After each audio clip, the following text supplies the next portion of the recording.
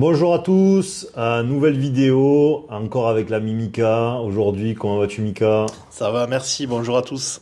Bon, on continue les réponses aux questions que nous avons reçues à travers ce nouveau format. Donc vous les aurez sur YouTube et vous les aurez aussi sur Spotify où vous pouvez suivre l'ensemble du contenu de la mécanique de la vie et sur mécaniquedelavie.com aussi. Il n'y a jamais le là devant et au quotidien sur Instagram mécanique de la vie aussi. Merci à tous et nous démarrons avec les premières questions avec Michael. Alors, la première question, est-ce que Dieu et l'univers, c'est la même chose dans un vocabulaire différent ou y a-t-il une différence? Alors pour ceux qui n'auraient pas suivi l'ensemble du contenu, dans la mécanique de la vie, on va toujours considérer qu'il existe une origine créatrice. Le monde est beaucoup trop savant, beaucoup trop précis. Il y a beaucoup trop de paramètres cycliques, puisqu'il y a une redondance. Tout est un cycle sur Terre. Vous voyez bien que le soleil se lèvera demain matin normalement. Et donc s'il y a cycle, il y a une intelligence, parce que si il n'y a pas de cycle, ça veut dire que c'est du hasard. Et si c'est le hasard, les paramètres devraient être relancés au quotidien, ce qui n'est pas le cas. Donc c'est-à-dire qu'il y a un cycle. Un cycle est une forme d'intelligence puisqu'il y a une redondance. Donc nous considérons qu'il existe une origine créatrice, le divin, Dieu, l'univers. Donc là, ta première question, c'est de dissocier pourquoi à des moments je vais dire plutôt Dieu et des fois je vais dire plutôt univers. C'est simplement pour n'isoler personne, d'accord? C'est simplement pour n'isoler personne, parce que le but c'est que on comprenne tous qu'il y a une intelligence supérieure. C'est vraiment mon propos le plus important, il est là. Derrière, moi, pourquoi je vais dissocier l'un de l'autre? Je les mets ensemble, mais dans l'absolu, je les dissocie. Le problème du mot univers, comparé au mot Dieu, Dieu va faire référence à un côté beaucoup plus religieux. Il va nous renvoyer plutôt à l'islam quand on est en France et au catholicisme, au christianisme, parce que c'est ce référentiel-là qu'on a tendance à penser.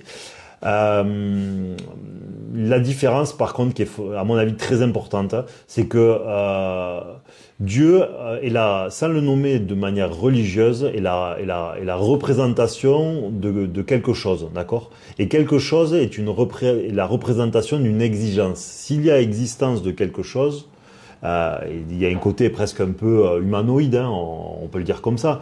Et bien en fait, il va y avoir une exigence, il va y avoir des attentes. Le défaut du mot univers, sans épouser comme je disais tout à l'heure, on n'est pas obligé d'épouser une religion avec le mot Dieu. Le défaut du mot univers, c'est qu'il va nous sortir, ça va être un mot abstrait qui va nous sortir d'une forme d'exigence. Parce que univers, c'est quoi? C'est un flou, c'est un gaz, c'est un nuage, c'est quelque chose de non nommé. Et univers a tendance à substituer, je trouve, la notion d'exigence. Alors qu'en vérité, la vie est une exigence, d'accord? Regardez dans la nature le fonctionnement du règne animal, vous verrez si l'univers n'est pas quelque chose d'exigeant. La sélection naturelle est impitoyable. Au-delà d'être exigeant, c'est impitoyable même, d'accord? Le déroulement, le fonctionnement des océans, des interactions, par exemple, sur les marées. Regardez le niveau de précision de la biologie. Ça veut dire que quand il y a une précision pareille, d'accord, si à votre taf vous êtes aussi précis, c'est que vous êtes quelqu'un de très exigeant, de très professionnel. Donc on ne peut pas mettre le mot univers partout. Et ne pas considérer cette immense exigence, d'accord? C'est pour ça que le mot Dieu, à mon avis, sans forcément lui donner une religion, est beaucoup plus représentatif de la réalité, parce qu'il a une connotation, comme je vous dis, d'attente, d'exigence, qui est beaucoup plus réaliste à mon avis. Voilà. Parce que le défaut de l'univers, c'est une forme de leurre en fait, dans lesquelles nombreux et nombreuses d'entre nous tombons. C'est que justement, comme il n'y a pas d'exigence, eh bien tu deviens ton propre Dieu. Et le problème de l'humain, quand vous faites ça à une échelle civilisationnelle ou mondiale ou même nationale, eh bien, quand vous commencez à expliquer à un homme ou à une femme, ou en tout cas à un humain, que c'est un peu lui son propre Dieu, eh ben, le problème, c'est que sa nature de grand transgressif, testeur de limites, comme le sont les enfants, va reprendre le dessus. Et donc, ça ne présage rien de très bon quand vous faites ça à beaucoup de monde, d'accord? Quand vous faites ça sur un grand ensemble d'individus. Donc, pour moi, une société, une civilisation, il perd énormément à à penser justement l'origine créatrice de l'intelligence supérieure comme ça, parce que le monde ne fonctionne pas ainsi, et c'est présager de se faire punir ou de se détruire soi-même, ou même de manière collective, justement quand on sort de ces préceptes-là. Voilà. Est-ce que j'ai bien répondu, ou est-ce que j'amène d'autres nuances? Je pense, oui, je pense que tu as amené d'autres nuances, et du coup qui convergent vers la seconde question, en plus, ça tombe bien. Donc du coup, Dieu sous la forme de notre imaginaire nous ramène plus à une personne physique, parce qu'on a toujours besoin de personnifier un peu les notions.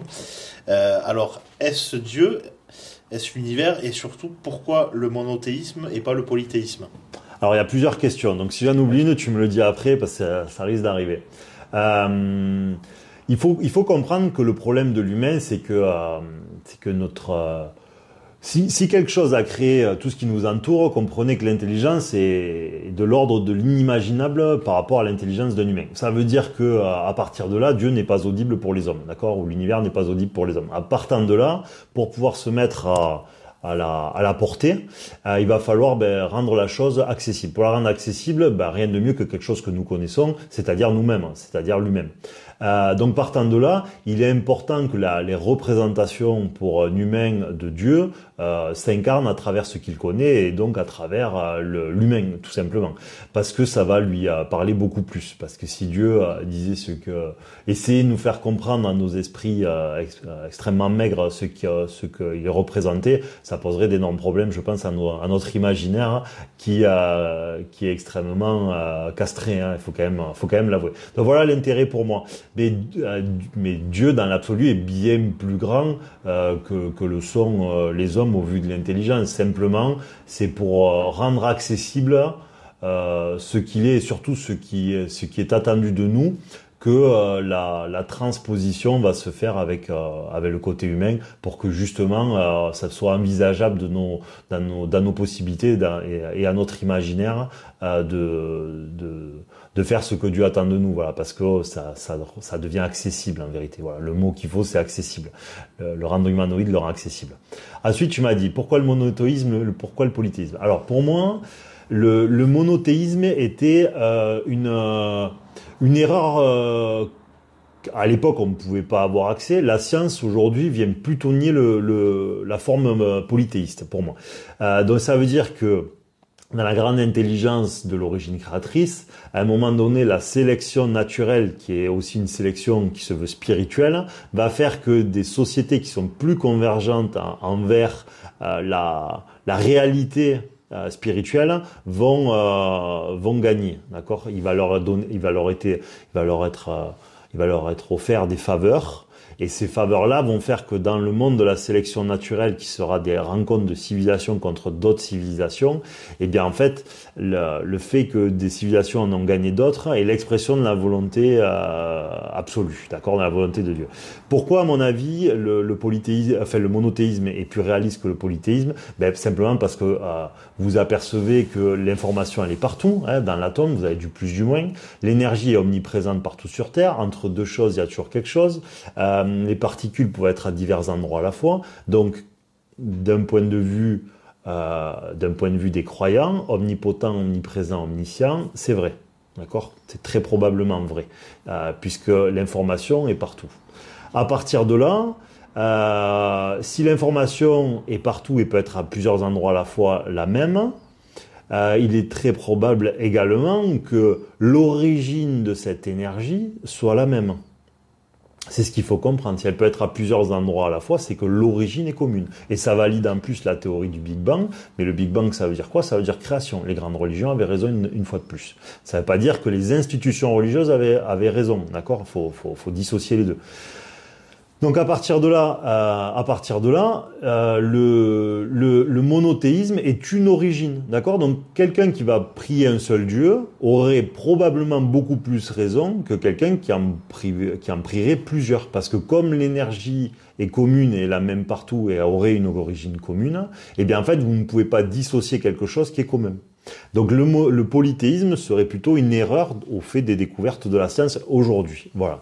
Pourquoi en plus, à mon avis, le polythéisme avait vocation à disparaître et pourquoi ça a été la volonté, c'est que le gros défaut pour des hommes à qui vous donnez du polythéisme, c'est que dans leur petite conscience, ils vont commencer à créer des faux prophètes très facilement, beaucoup plus encore que les monothéistes. Qu'est-ce que ça s'appelle un faux prophète?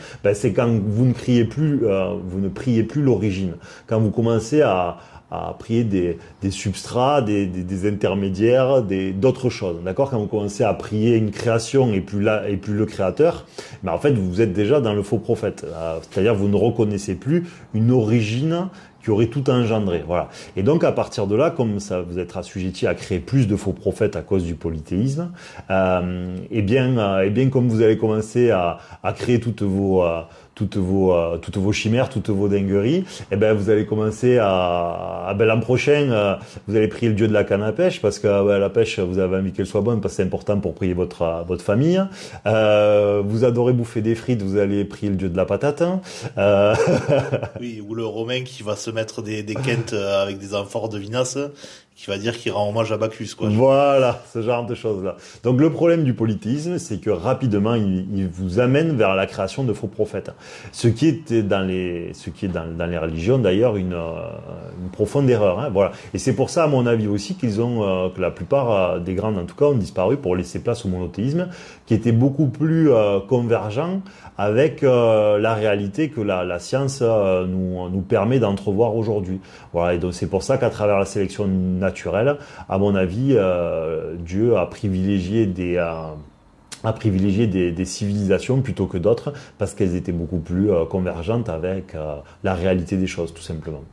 Est-ce que j'ai répondu à peu près ou est-ce que j'en ai oublié? Oui, en plus ça répond un petit peu à notre volonté de notre société, de l'évolution humaine, d'avoir des systèmes plutôt pyramidaux en fait. Complètement, ouais. Voilà. L'humain a besoin de ces systèmes pyramidaux parce que je parle toujours de masse, hein, je parle de masse quand je parle pas de manière individuelle, vous trouverez toujours plein d'exceptions, hein, mais la masse en a besoin parce que la masse est angoissée, la masse a peur. C'est le propre de l'humain, hein, de vivre avec ses peurs. Et donc ces tourments-là font que quand ils puissent s'en remettre à quelque chose de supérieur à eux, c'est rassurant, hein, notamment. Donc, mais par contre, il faut pas créer des strates intermédiaires, voilà, et ne pas créer des faux prophètes qui sont ni plus ni moins que des faux dieux, voilà. Voilà, je peux me permettre de dire faux Dieu parce que voilà, ça résonne quand même en plus avec la science aujourd'hui, donc je peux me permettre de dire ça. Voilà, sans parjurer, je crois personne. Voilà. En tout cas, c'est pas ma volonté si c'est le cas. D'accord. Alors, notre question, et là je pense que tu vas avoir beaucoup à dire. Quand on parle d'une intelligence supérieure de Dieu, les gens rétorquent la science l'explique. Alors, ce n'est pas parce que la science ne l'explique pas encore que... Ok, ouais, bon, ça c'est... Bon, j'ai beaucoup de gens qui m'écrivent ça, c'est assez redondant. Bon, même moi, je m'y frotte au quotidien, évidemment, parce que c'est une objection qui est légitime. J'ai eu la même avant, puisque je rappelle pour ceux qui ne le savent pas que moi-même, je n'étais pas croyant, hein, voilà. Pourquoi en fait cette objection va redondante? Mais elle est complètement légitime. Le problème, c'est qu'on ne dissocie pas, c'est ce que j'aime bien leur dire, le mécanicien de l'inventeur de la voiture, de l'automobile. Parce que dans une automobile, il y a eu combien de personnes différentes pour qu'aujourd'hui une bagnole soit fonctionnelle au XXIe siècle avec en plus toute la technologie qu'elles ont, combien de personnes différentes a bossé dedans? Des tonnes, d'accord? Et c'est pas pour autant que on a l'inventeur du moteur à explosion ni de la pensée de l'automobile. On est très loin de là, d'accord? Donc aujourd'hui, le problème, c'est que on explique que le mécanicien est Dieu. Non, le mécanicien n'est pas l'inventeur de la voiture. Aujourd'hui, la science est l'équivalent du mécanicien, c'est-à-dire que elle explique une partie de la mécanique, comme quand vous avez un problème, votre mécanicien vous explique une partie de la mécanique, mais il ne vous explique pas l'origine de l'automobile. Vous voyez, même si vous explique l'origine de l'automobile, il n'en est pas l'inventeur. Et il est juste capable de vous expliquer une mécanique que lui-même n'a pas inventée. Donc je pense que déjà il y a une grosse erreur, fondamentale dans notre perception de la création et de la conséquence de la création, tout simplement. Puis Très simplement aussi, moi, ces exemples, j'aime bien dire. Quel humain vous pouvez faire croire que vous garez une bagnole dans la rue et qu'elle a toujours été là, qu'aucune intelligence a travaillé dessus, que personne n'y a jamais réfléchi, mais elle est là, elle est fonctionnelle, il suffit que tu mettes quelque chose dans le réservoir et elle avance, elle avancera toujours. Ben, personne ne vous croira. Donc ça veut dire que personne ne peut croire que quelque chose est fonctionnel s'il est dénué d'intelligence. Personne ne vous croira. Mais par contre, on peut croire que le monde qui nous entoure, qui est... 1 milliard, 2 milliards, jusqu'à la fin de ma vie, je dirais milliard, je serai en dessous de la réalité fois plus compliquée, lui, on peut le croire. Avouez que c'est assez déraisonnable vu sous cet angle, en tout cas, pour moi, voilà. Donc, sans évoquer de religion, il y a des probabilités et une intelligence beaucoup trop grande pour que ce qui nous entoure soit fonctionnel, pour toujours se dire la science, quoi. Sachant qu'en plus, la science n'explique que... 3 fois rien comparé à l'ensemble des problématiques et des complexités que le monde représente, sachant qu'en plus, une grande partie de notre univers résonne dans la mécanique quantique, et le quantique, depuis qu'on a découvert, on n'en a pas fait grand-chose, quoi. C'est trop bizarre d'avoir quelque chose dont les paramètres changent quand il y a un observateur. Donc c'est contre la science elle-même pratiquement. Ça serait très intéressant que j'ai un spécialiste une fois avec qui on puisse discuter de ça. Mais juste ça est une forme d'aveu. Ça veut dire que il y a des tonnes d'informations qui en fait sont fluctuantes en fonction de l'individu donné. Et donc à partir de là, ça reconnaît que les choses peuvent prendre une tournure différente selon la volonté supérieure. C'est la traduction qu'on peut aisément faire. Voilà. Et très certainement d'ailleurs que à un moment donné, la science serait castrée, ne pourrait plus aller si loin parce que elle se heurtera aux limites même de la propre volonté supérieure. Parce qu'à un moment donné, elle sera renvoyée à découvrir le fonctionnement de l'univers dans la vie et pas dans la science. Parce que déjà, il y a une forme transgressive à un trop de science, à mon avis en tout cas. Donc très certainement que quand ils iront trop loin, ils seront renvoyés à ça. Et d'ailleurs, la mécanique quantique est un peu ça. On te dit, t'essaies de faire cette expérience, je te donne ce résultat. Ce coup-ci, je te donne celui-là. Ce coup-ci, je te donne celui-là. Ce coup-ci, je te donne encore celui-là. Ah, t'as un collègue à toi qui va le faire. À lui, je lui donne ça. Tu l'as pas eu toi encore, tiens. Avouez qu'il y a quand même un côté où on s'amuse de nous. Vous voyez, il y a quand même un gros côté, on s'amuse de nous. Et donc, si on s'amuse de nous, c'est que c'est bien supérieur à nous, ce qui nous gouverne, quoi. Voilà pour cette réponse. Est-ce que j'ai oublié quelque chose sur les 3 points? Par exemple, on peut parler aussi tout simplement, rien qu'au niveau de l'atome, vous avez du positif, vous avez du négatif. L'atome est entre guillemets un symbole de la vie, en fait. Complètement. L'atome est, en fait, c'est quelque chose qui est très intéressant parce que, alors si je ne m'abuse, vous avez des protons et des électrons et en fait vous avez infiniment plus de charges négatives qui gravitent autour d'un positif. Mais suivez bien le truc parce que c'est extrêmement rigolo. Il y a beaucoup plus de négatifs que de positifs. Mais le positif qui est beaucoup plus petit est infiniment plus dense. Donc en fait, c'est comme si une immensité de positifs était en fait recouverte, entourée par une petitesse de négatifs. C'est comme quelque part vous avez un puits, d'accord ? Vous avez le puits, il fait ce diamètre-là. Et en fait, votre puits, vous êtes sur une veine qui fait des milliers d'hectolitres. Voilà.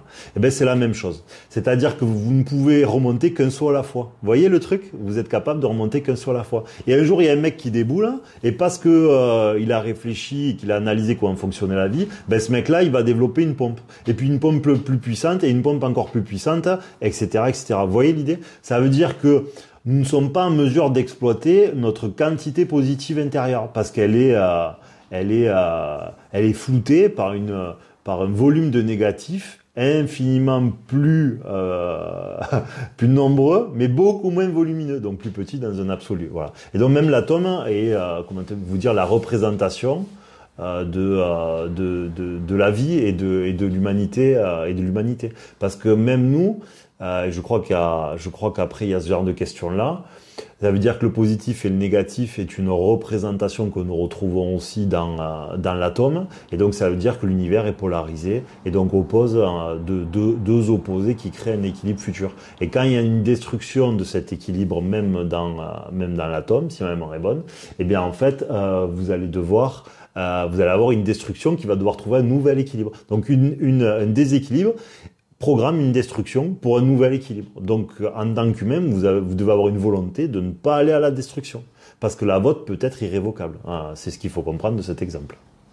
Voilà, donc on peut faire l'analogie entre le plus et le moins et le bien et le mal. D'ailleurs, la question suivante, c'est le bien et le mal existe-t-il ? Est-ce une invention de l'homme ? Faut-il les considérer ? Alors, le mal est une spécificité. Le mal existe, bien sûr. Le mal est une spécificité des paramètres de l'incarnation terrestre. D'accord ? C'est une spécificité pour les hommes. Au plan absolu, le mal n'existe pas. D'accord ? Comprenez que dans les paramètres d'un jeu vidéo, je peux vous mettre un jeu vidéo où en fait il n'y a pas vraiment de forme de mal. Je sais pas, vous êtes dans un vidéo, vous devez assembler vous êtes dans Tetris. Bon, le bien et le mal à Tetris, on s'en bat les roufles, vous voyez ? Ça n'a pas d'intérêt. Mais par contre, je peux vous faire un jeu où il y a un bien et le mal, parce qu'en fait, il y a un système de vie, d'accord ? Donc, le but dans le jeu, c'est de ne pas perdre votre vie, d'accord ? Donc, ça veut dire que dans ce jeu vidéo-là, le mal va exister. Alors que dans Tetris, il n'existe pas, puisque vous ne faites qu'assembler des formes et des briques, voilà, tout simplement. Et bien, la vie, c'est la même chose. Dans l'incarnation humaine, il va exister le bien et le mal, parce que c'est une caractéristique pour nous faire évoluer, pour nous faire éprouver la polarité, pour nous faire comprendre ce que l'origine créatrice attend de nous. Et donc à cette fin, donc là je l'ai pris par le prisme du jeu vidéo, mais vous pouvez le voir aussi, moi quand les gens me disent oui tu sais le bien et le mal, je dis pourquoi t'abandonnes pas tes gosses ? Je sais pas, c'est ta théorie, c'est pas la mienne, va au bout de ta logique, tu vois, pourquoi tu le fais pas ? Oui, mais c'est pas pareil, tu sais. Non, je sais pas, c'est ta théorie, c'est pas la mienne, donc va au bout de ta théorie. Donc en vérité, il y a une résonance dans notre représentation du bien et du mal, parce que à la base, revenez à ce qu'était la vie. La vie, normalement, une des lois de l'univers, c'est une forme de sélection naturelle. Si dans la sélection naturelle, votre tribu ne considère pas le bien et le mal, et bien en fait elle va commencer à faire des dingueries. Les dingueries vont faire qu'en fait elle va gâcher des vies, d'accord, parce qu'elle pense qu'un individu est mieux que les autres, donc il va tous les dégommer. Et donc à la fin dans son village, il pourrait être 1000 et en fait ils sont 100. Sauf que la tribu d'à côté, elle a vu que c'était pas cool de faire ça. Et donc eux ils sont restés 1000. Et quand les deux vont se friter, qu'est-ce qui va se passer ? Ben, très probablement ils vont finir par perdre, vous voyez. Et donc ça c'est l'expression. La sélection naturelle est l'expression en fait de la compréhension philosophique, ni plus ni moins. Et donc le mal évidemment va exister puisqu'il y a plein, on va le sentir à travers notre culpabilité. Évidemment, il y a certaines choses, c'est là où la plupart des gens vont m'attendre quand je dis ce genre de trucs. Ils vont me dire que le mal ça peut être aussi une invention sociétale. Oui. Alors on parle dans un absolu, ne soyons pas nuancés. Les lois quand vous êtes en France ne sont pas les mêmes que quand vous êtes en Espagne, que quand vous êtes au Sénégal, que quand vous êtes en Chine, etc. Donc la représentation du bien et du mal de l'homme dans certains secteurs, évidemment, est variable en fonction des individus, mais aussi en fonction des nations et des civilisations et des époques, évidemment. Mais sur des grandes lignes, on va tous normalement être raccord. C'est là où je veux en venir.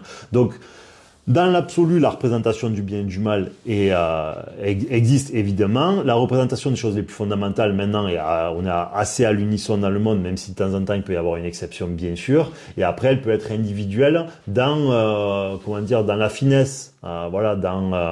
C'est-à-dire que plus vous allez comprendre le monde, plus votre vision de ce qui est bien et mal va être subtile. En fait, ça va être nuancé et subtil.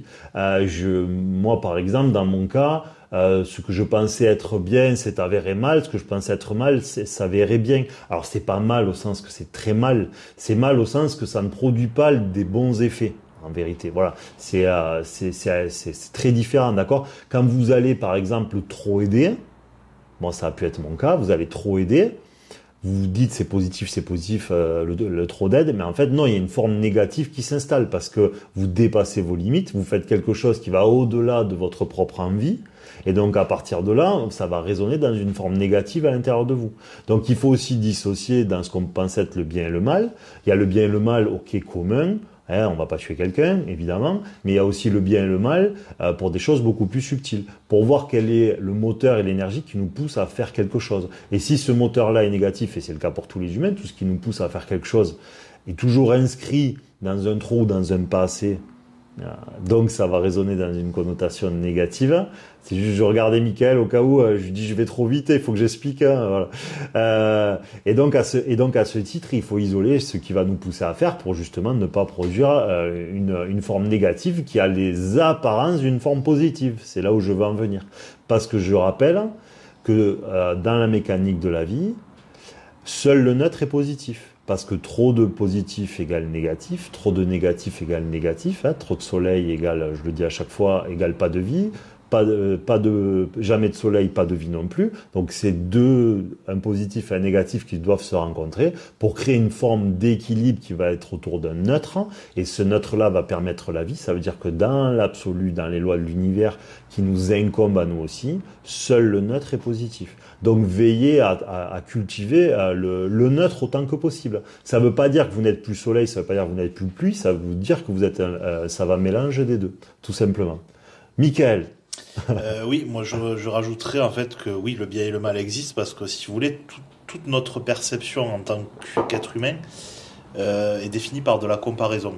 On sait qu'il fait jour parce qu'il a fait nuit. Complètement. On sait qu'une couleur est claire parce qu'il y a des couleurs foncées. On sait qu'une personne est grosse parce qu'il y a des maigres. Bien sûr. Toute notre perception est dictée par de la comparaison. Donc forcément, s'il y a du bien, il y a du mal pour le nuancer aussi. Voilà, mais encore une fois, c'est une spécificité de l'incarnation humaine. C'est-à-dire qu'au plan absolu, ça veut dire après la mort, le négatif n'existe plus. Voilà, c'est juste des spécificités pour les humains, pour les éprouver, tout simplement. Voilà, après, je sais que tu aimes bien relancer les gens sur une théorie, c'est de les inciter à vivre quelques mois, voire un an, en partant du paradigme que Dieu existe. Alors celle-là, je la ferai en cours, ce passage-là, pour que vraiment il soit pas au milieu d'une vidéo, parce qu'il est très important. Ouais. Mais oui, mon propos de ce que veut dire Michael, c'est que justement pour ceux qui sont trop athées et qui n'arrivent pas à envisager la possibilité qu'il existe une origine créatrice et qui serait bien même qu'ils le nomment Dieu sans religion, ça colle bien avec cette vidéo d'ailleurs, eh bien ça serait bien que certains essayent, si justement ils sont libres. S'ils sont libres, ça veut dire qu'ils peuvent faire ce qu'ils veulent, libres de leur pensée et libres de leur choix. Je veux dire libre par rapport à nous-mêmes, je parle pas par rapport à la société. Eh bien d'envisager pendant quelques mois ou un an ou 2 ans qu'il existe une origine créatrice et qu'il le nomme Dieu. Et vous essayez de vivre par cet angle-là, par cette fenêtre-là, pendant un temps.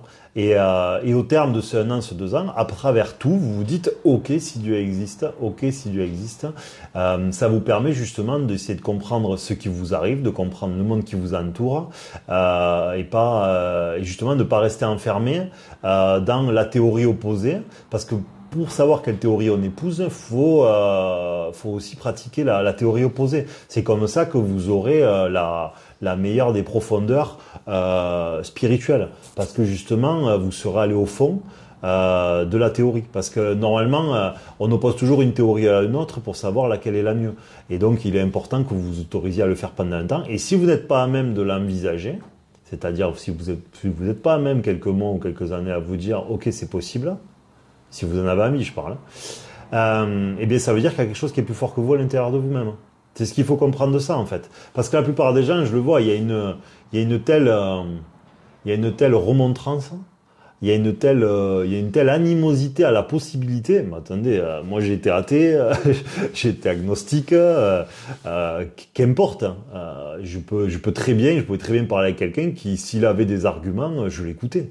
J'ai pas de problème avec ça. Donc s'il y a une telle animosité en vous, c'est que vous avez quelque chose à sevrer. Ça veut dire qu'il y a quelque chose qui a du pouvoir sur vous et qui vous dit ce que vous avez à faire ou pas à faire. Donc c'est votre inconsciente souffrance. Et donc à partir de là, faudra quand même s'occuper de tout ça, quoi. Parce que si vous n'êtes pas libre d'émettre une hypothèse, parce que c'est tout ce que vous faites à ce stade-là, ça veut dire que vous n'avez pas le plein pouvoir de votre propre personne, comme personne, en vérité. Mais là, c'est quand même, ça veut dire que l'emprise entreprise est quand même assez important. Donc il y a vraiment un travail à faire, quoi. Donc vivez quelque temps si vous le pouvez en supposant et puis au terme vous opposerez votre théorie de l'athéisme à celle de la croyance ou de l'origine créatrice et vous verrez ce qui vous paraît le plus probable, quoi. Vous pourrez rester toute votre vie en opposant les deux jusqu'à votre mort, bien sûr. Évidemment, pourquoi pas. Alors, du coup, pour rester dans le thème des religions, la prochaine question, as-tu une idée du futur, de ce qu'il peut être? Les religions peuvent-elles s'effondrer pour laisser la place au chaos et mettre les hommes face à leur responsabilité de choisir entre le bien et le mal? Alors, mon verre coca. Non, je déconne, mais alors évidemment on peut probabiliser parce que des scénarios il y en a plein. C'est pas trop le but de la mécanique de la vie de faire des scénarios, mais le problème c'est que d'un point de vue de la mécanique de la vie, c'est-à-dire des lois de l'univers, aujourd'hui on a c'est certainement la première fois dans l'histoire de l'humanité, en tout cas référencée, on va pas rentrer dans le fait qu'il y a peut-être d'autres civilisations plus avancées. Il est clair que nous respectons plus l'ordre établi. Parce que le gros défaut de l'espèce humaine aujourd'hui, c'est qu'il est très loin de respecter les lois de l'univers et l'ordre établi. Parce que par la technologie, il se passe quelque part d'ordre. Il se passe de regarder quelles sont les conséquences de ces actes. Mais le problème, c'est que les années 70-80, vous avez commencé à avoir l'agriculture intensive. C'est-à-dire qu'en 50 ans, vous avez fracassé les sols. Il n'y a plus de vers de terre, les sols sont à moitié morts, la biodiversité elle s'est fait atomiser. Je vous dis pas que la planète va mourir, pas du tout, mais la planète va devenir beaucoup moins accueillante. Voilà. Sans compter qu'on a créé une civilisation qui a besoin des énergies qui nous entourent pour être fonctionnelle. Les énergies ne vont pas en montant, mais elles vont en descendant. On arrive à se faire un continent de plastique. Les espaces naturels, il y en a plus, on a foutu du béton partout. Donc en fait, quand on vient expliquer que c'est les chasseurs, je chasse pas, mais bon, blague quand même. Vous voyez, donc on est en train de rendre le monde qui nous entoure extrêmement hostile parce qu'en fait on ne veut plus respecter l'ordre établi, on ne veut plus respecter les règles, on ne veut plus respecter ce qui nous a tout donné et tant accueilli. Donc au bout d'un moment, on a toutes les chances justement de se faire punir par le jeu. Voilà. Alors le jeu, ça peut être à travers le jeu lui-même, c'est-à-dire l'environnement, mais ça peut être aussi par ceux qui dirigent le jeu. Parce qu'aujourd'hui, ceux qui dirigent le jeu, c'est ceux qui vous gouvernent, parce qu'en fait, ceux qui vous gouvernent sont... et là, je vais en taquiner plein qui vont pas aimer, mais c'est comme ça. Dieu ne peut pas être omniposant, omniprésent, omniscient, et faire que la classe politique ne fait pas ce que lui veut. Comprenez le truc. Ça veut dire que tout ce qui se passe est en vérité consenti. C'est là pour nous éprouver, c'est là pour nous mettre face à ce que nous avons à confronter, à sevrer, à expérimenter, à évoluer, et c'est tout.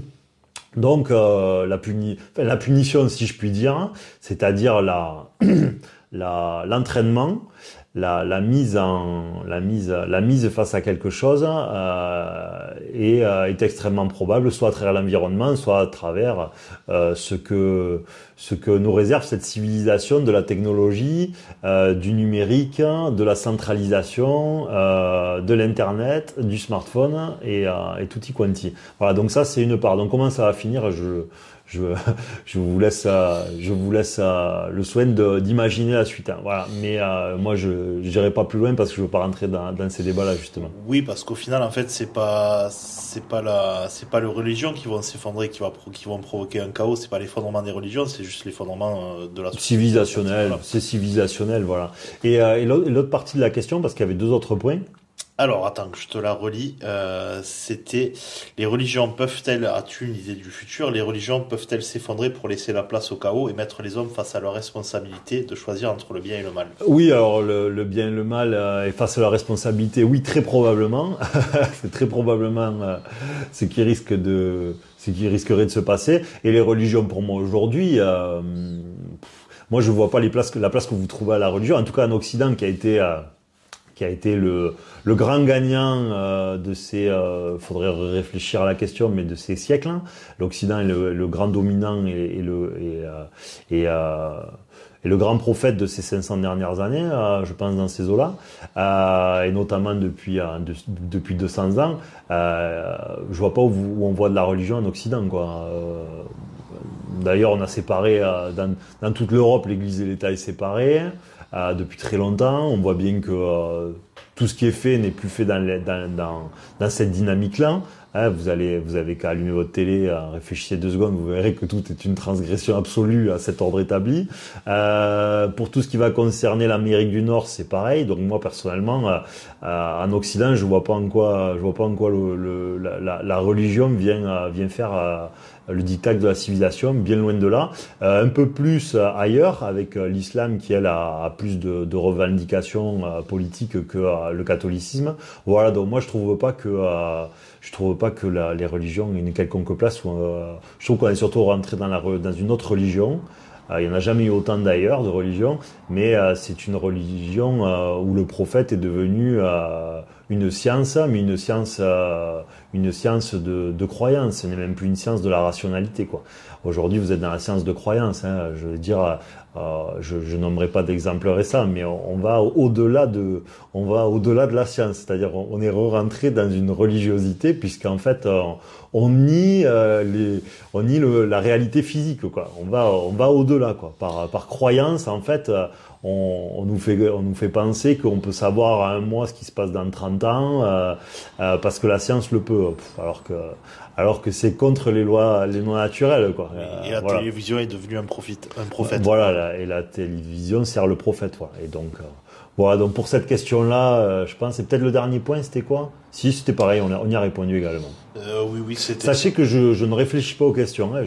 J'amène un soin particulier à ne pas réfléchir avant, justement pour vous montrer qu'en fait, c'est une forme de mécanique globale qui, justement, ne mérite ni plan ni réflexion, et que quand on a compris la mécanique, on a moins besoin de réfléchir au point, parce qu'en fait, il va toujours avoir une espèce de loi de l'univers qui va venir se greffer au milieu. C'est-à-dire que moi, c'est comme si j'avais 20 règles dans ma tête, vous voyez, et à la fin, je les applique, vous voyez. C'est comme une fois que vous avez compris le théorème de Pythagore, je peux vous donner n'importe quel triangle rectangle. Vous voyez un peu l'idée, c'est un peu la même chose, voilà. Donc évidemment, je fais un copier-coller des questions que je reçois, mais je n'y réfléchis pas, quoi. Alors, prochaine question, et là je pense que tu vas avoir pas mal de choses à dire.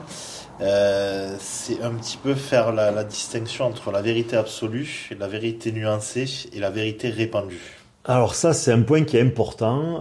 Si tu as un bon exemple, toi qui te viens, tu me dis, je sais pas si j'en trouverai un en parlant.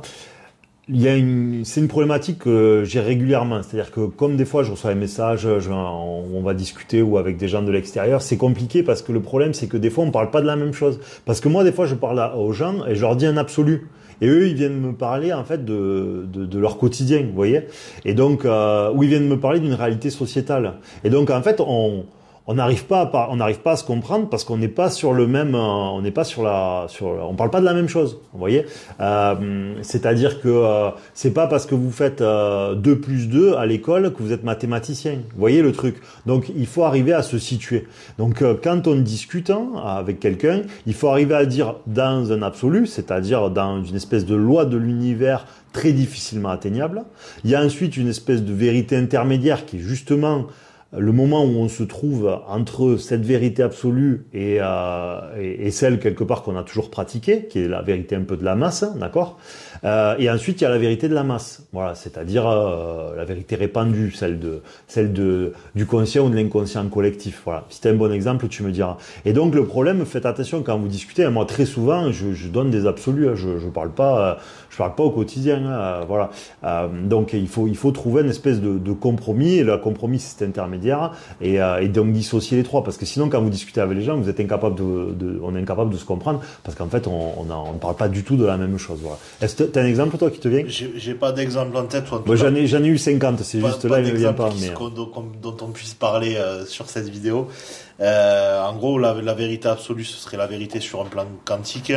La vérité nuancée, ce serait une vérité sur un plan humain personnel. Ouais. Et la vérité répandue, une vérité, on dit, la vérité presque commune sociétale. Alors, Michael prend un bon exemple, en fait, qui en plus valide à fond la mécanique de la vie. C'est-à-dire que le problème, c'est que en mécanique quantique, le résultat est fonction de l'observateur, comme je fais que le dire et le redire. Ça veut dire qu'en fait, le résultat que vous avez est vrai et faux. Faut vraiment comprendre ça. Vrai, faux. Et en fait, c'est même pas vrai et faux. La question, c'est vous pouvez avoir 10% du temps ça, 5% ça, 2 ça, 20 ça, Hein. Donc en fait, vous avez 50 résultats possibles peut-être, ou même bien plus. Donc ça veut dire que dans l'absolu, et c'est devenu une réalité quantique, eh bien en fait, ce qui va vous paraître sûr et évident, eh ben en fait est complètement faux, quantiquement parlant, ou pas d'une probabilité absolue. Il suffit que ça soit 99,9, ça veut pas dire que c'est vrai. Ça veut dire que c'est infiniment plus probable qu'une autre théorie, mais ça veut pas dire que c'est la vérité. Donc c'est important quand on discute avec tout le monde, justement de savoir où on se situe. Par exemple, si il y a un sujet où c'est marrant, je vais essayer d'être malin parce que je veux pas faire de la politique, mais dans la politique, comprenez que des fois, vous pouvez mettre un bulletin de vote qui n'est pas celui de votre cœur. Bon, d'ailleurs, la France le fait assez bien. Oui. La France le fait très très bien. Pourquoi ? Parce qu'en fait, il y a la vérité civilisationnelle, ce que peut encaisser une nation, et il y a la vérité individuelle. Et vous pouvez même parler d'une vérité régionale. Vous voyez que les résultats des votes n'est pas le même en fonction des lieux où vous habitez, de l'ascenseur social que vous avez pris, etc.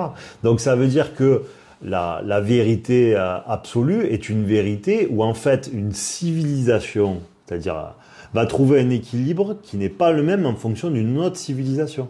C'est-à-dire que ce qu'aurait besoin, par exemple, un pays comme l'Espagne pour fonctionner, de manière très prospère, n'est pas la même chose que ce qu'aurait besoin la Chine, n'est pas ce qu'aurait besoin la France, et c'est pour ça que les nations ont existé durant toute l'humanité. Parce que les spécificités, regardez un pays comme la Suisse, par qui ils sont entourés. Il n'y avait que des dingos autour de la Suisse à l'époque. Et pourtant, à la fin, ça a fait la Suisse. L'Espagne, je suis pas expert en histoire, mais qui l'a mise à un paquet de monde, se retrouve avec le Portugal. Donc ça veut dire qu'à l'intérieur, il y avait un équilibre, une volonté de vivre ensemble qui était différente. Donc la vérité absolue, du coup, est différente en fonction des peuples et des civilisations.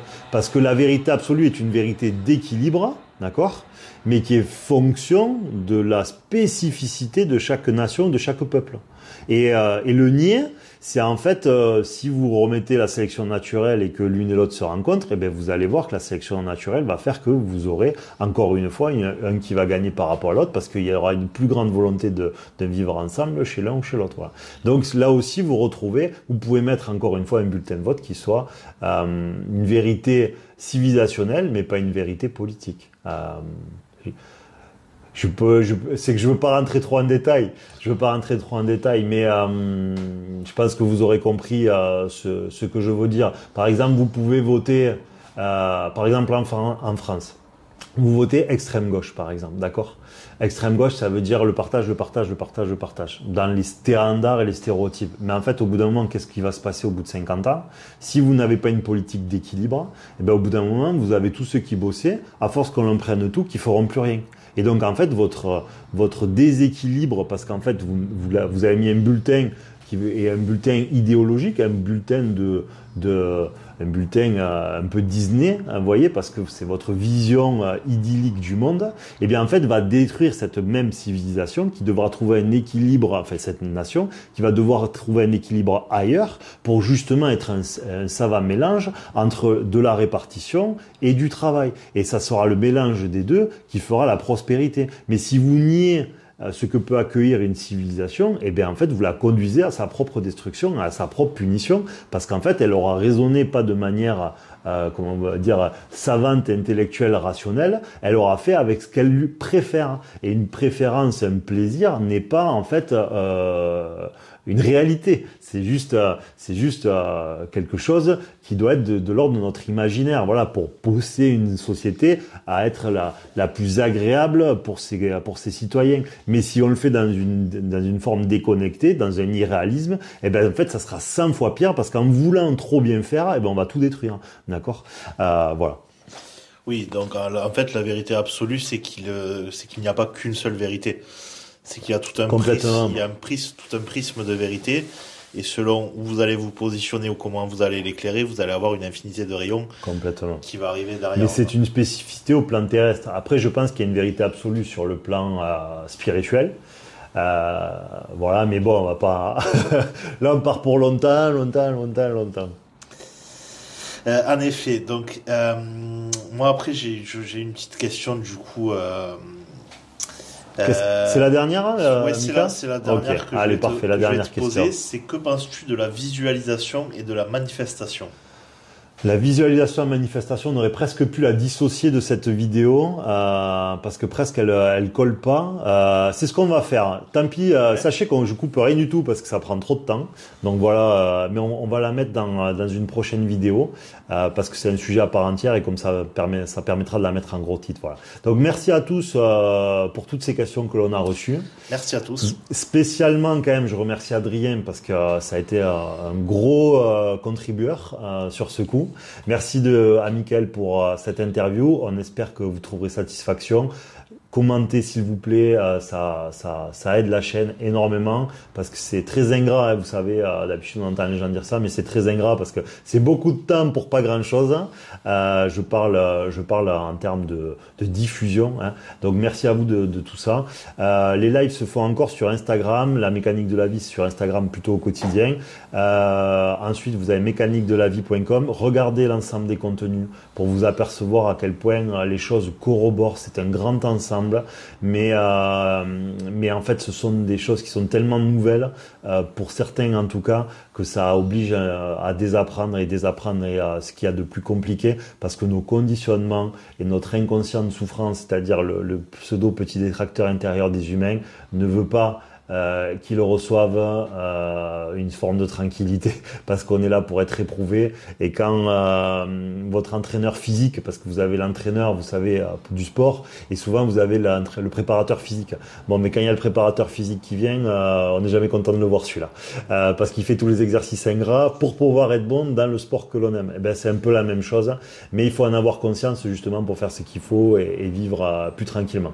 Merci encore d'avoir suivi cette vidéo, tous les contenus donc YouTube, Instagram et à très vite pour de nouvelles vidéos et merci à Mika. Merci à tous. Merci beaucoup.